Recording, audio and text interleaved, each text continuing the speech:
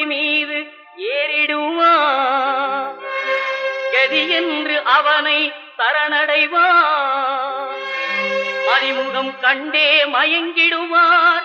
ஐயனை துதிக்கையிலே தன்னையே மறந்திடுவார்.